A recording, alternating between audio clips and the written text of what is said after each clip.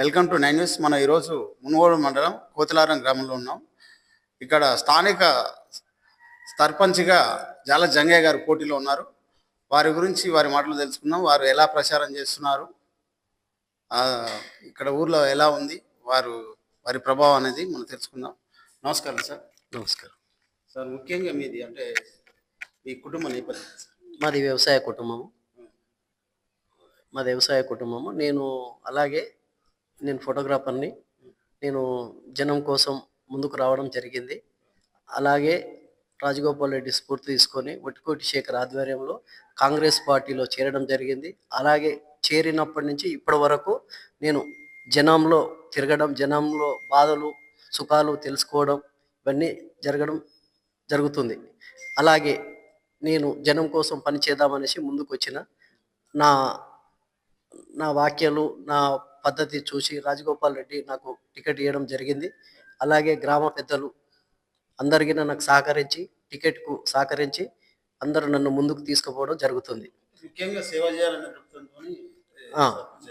ముఖ్యంగా సేవ చేయడం కోసమే నేను సర్పంచ్గా నిలబడి గ్రామం సేవ చేయడం కోసమే నేను ముందుకు వెళ్ళడం జరుగుతుంది. సర్పంచ్ అంటే చాలా మంది పోటీ చేస్తుంటారు సార్. ముఖ్యంగా జంగయ్య గారికి ఓటేయాలన్నప్పుడు మీరు ఏం చెప్తారు? నేను చిన్నప్పటి నుంచి ఇప్పటి వరకు నేను ప్రజల మనిషిగానే తిరుగుతూ చిన్న పెద్ద తేడా లేకుండా ఎవరు పిలిచినా ఆదరించి వాళ్ళకు గౌరవించి నేను వాళ్ళ ఇంటికి వెళ్ళడం, వాళ్ళు ఏదైనా బాధలున్నా చెప్పితే నేను వాళ్ళ ఇంటికి వెళ్ళి నా వంతుగా సహాయం చేయడం జరిగింది. అలాగే నా వంతుగా వాళ్ళు పిలిచిన సందర్భంగా నేను వాళ్ళ ఇంటికి వెళ్ళి కుడిభుజంగా నిలబడడం జరుగుతుంది. ఏ సహాయ సహకారాలు కావాలన్నా, ఏ అర్ధరాత్రి ఫోన్ చేసినా నేను ఫోన్ లేపి వాళ్ళకు సంభాషణలు చెప్పడం జరుగుతుంది. వాళ్ళ బాధలు విని నేనున్నా మీరు ఏ బాధలో ఉండకండి, అంటే ఏ బాధపడకండి, నేను భరోసా కల్పిస్తున్నా. అంటే సార్, ఇప్పుడు ముఖ్యంగా మీ ఊరిలో మీ దృష్టికి వచ్చిన ప్రధాన సమస్యలు అవి రేపు మీరు సర్పంచ్గా గెలిచాక ఏ విధంగా సాల్వ్ చేయాలి? ఆల్రెడీ రాజగోపాల్ రెడ్డి బై ఎలక్షన్లో మాకు మాట ఇచ్చిండు. రాజగోపాల్ రెడ్డి సార్ గారు మా ఊరి సమస్య 30 ఏండ్ల నుంచి మేము చిన్నతనం నుంచి చూస్తున్నాము. వర్షాకాలం వస్తే వాగు దాటడానికి చాలా ఇబ్బంది. మా ఊర్లో అంతా వ్యవసాయదారులు, ప్రజలంతా వ్యవసాయ కుటుంబంలో జీవిస్తారు. వర్షాధారంతో మేము పంటలు వేస్తాం. మా ఊరికి ఆనుకొని వాగు ఉన్నది. ఆ వాగు వస్తే వారం రోజులు అవతల ఉన్న వాళ్ళు అవతలనే ఉంటారు, యువతలు ఉన్న వాళ్ళు యువతలనే ఉంటారు. అది ప్రధానంగా తీసుకొని మేము ఊరు గ్రామ పెద్దల్లో తీర్మానం చేసి అదే పోయిన ప్రభుత్వంలో కానీ ఇప్పుడున్న ప్రభుత్వానికి కానీ మేము లెటర్ పెడితే బై ఎలక్షన్లో మాకు బ్రిడ్జి శాంక్షన్ చేస్తామని చెప్పారు. ఆ తర్వాత అది అక్కడే ఆగిపోయింది. రాజగోపాల్ రెడ్డి ఎమ్మెల్యే అయ్యాక ఇప్పుడు శాంక్షన్ చేయించారు. ఆయన స్ఫూర్తితోటే మేము ముందుకెళ్ళడం జరుగుతుంది. టెండర్ గిన ఓకే అయ్యింది. ఈ వర్షాకాలం ఉందనేసి ఆపారు. వర్షాకాలం తర్వాత స్టార్ట్ చేస్తామని చెప్పారు. మా ఊరికి మేజర్గా సమస్య అదే. ఇప్పుడు నేను గెలిచిన తదుపరి ఫస్ట్ కార్యాచరణ బ్రిడ్జి కోసమే నేను పోరాడతాను.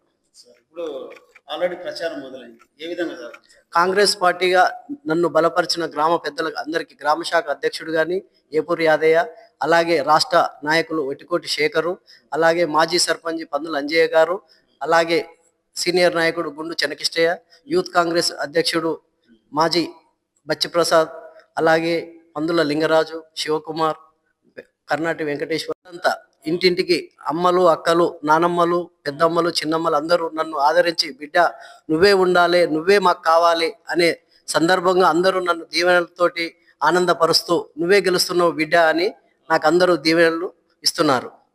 అలాగే ప్రచారము జోరుజారుగా సాగుతున్నది. ఇప్పటి వరకు ముందడిగే కానీ వెనకడిగేసే ప్రసక్తే లేదు. అందరి ఆదరణతో మేము ముందుకెళ్తున్నాం.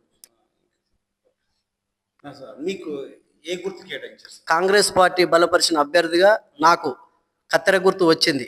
నా పేరు జాల జంగయ్య. సీరియల్ నెంబర్ 2, కత్తెర గుర్తు, సీరియల్ నెంబర్ 2. ఓకే సార్, మా 90 ద్వారా మీ గ్రామ ప్రజలకు ఏమైనా తెలియాలంటే చెప్పండి సార్.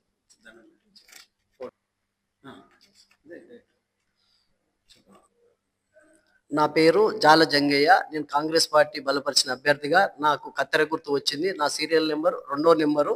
ప్రజలందరూ నన్ను దీవించి నన్ను గెలిపించారని నా యొక్క మనవి.